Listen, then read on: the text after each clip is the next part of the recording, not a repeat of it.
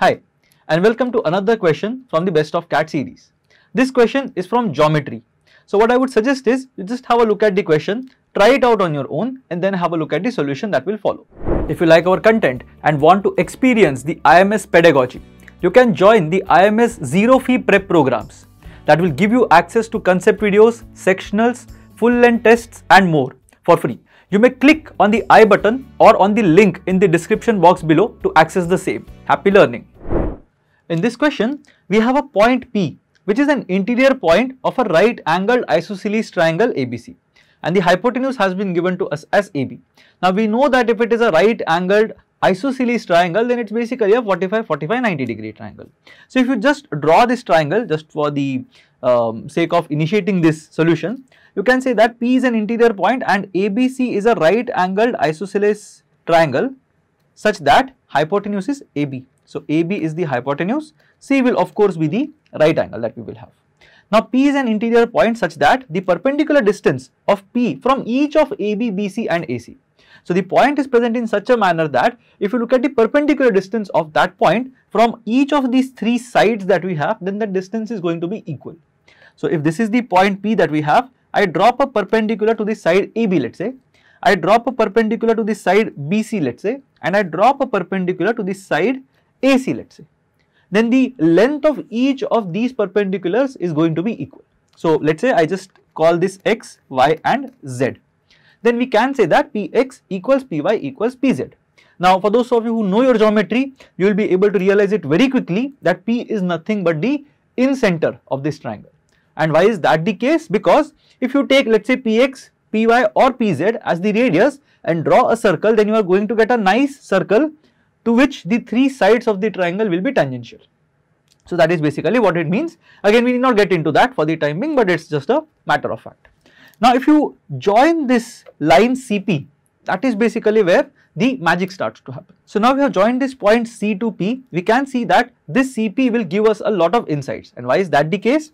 Because if you have an isosceles triangle, any isosceles triangle for that matter, let's say, and if I draw an angle bisector from here, right, then what is going to happen is this angle bisector will also be the perpendicular bisector of the opposite side. This is purely because it is an isosceles triangle. We know that these two sides are equal to each other. This is a common side. If someone tells you that we are drawing an angle bisector, then it basically means that these two triangles that we have will be congruent through SAS test. If someone tells you that we are dropping a bisector, even that will tell you something. If someone is telling you you have dropped a perpendicular, even then you can prove that these two triangles are congruent to each other.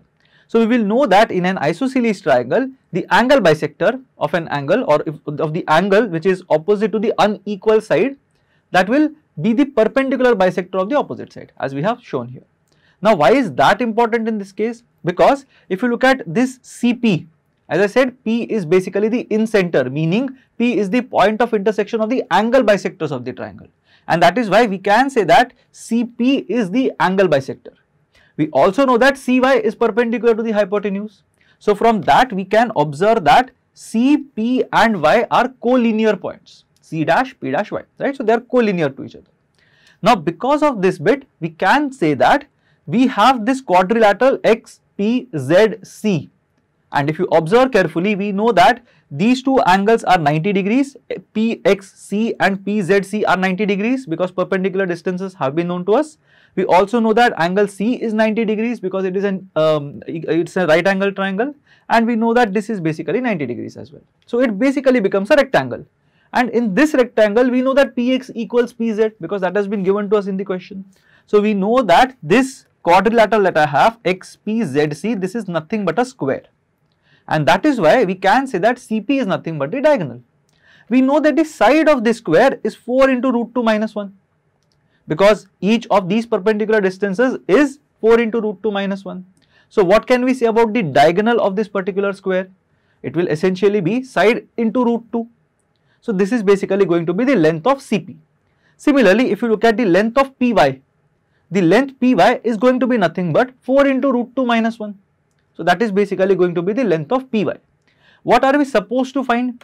We are supposed to find the area in square centimeters of the triangle ABC. That is what we have to figure out. Now instead of getting into calculation of each and every element in this particular context, what we can do is we can just write down all the terms and then figure out what happens. One small observation that we can have here is this CY that is present is the perpendicular bisector of AB as I had shown earlier, which basically means that CY is also the median to the side AB of this right angle triangle. And in any right angle triangle, we know that the length of the median to the hypotenuse will be nothing but the length of the hypotenuse divided by 2 or half the length of the hypotenuse. That's what we know in this particular context, right? So this is basically what we have to use in this particular regard, and then we should be able to manage it completely.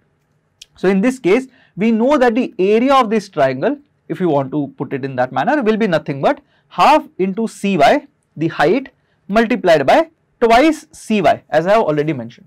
So area of this triangle is half into CY into AB, but because AB is twice CY, we are replacing AB by 2CY. Now this 2 will get cancelled out and our answer is basically going to be CY square. But what is this CY that we have got?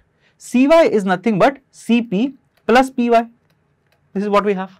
And as I said earlier, CP is nothing but the diagonal of this particular square that we had. So CP will be nothing but root 2 times the side, which will basically mean root 2 into 4 into root 2 minus 1. That is basically going to be the length of CP. And PY will be nothing but 4 into root 2 minus 1. So what do we get once we simplify this? We get 4 into root 2 minus 1 common. So 4 into root 2 minus 1 will write as it is, multiplied by root 2 plus 1. And now you can see that root 2 minus 1 into root 2 plus 1 will be nothing but root 2 square minus 1 square or 2 minus 1 or 1.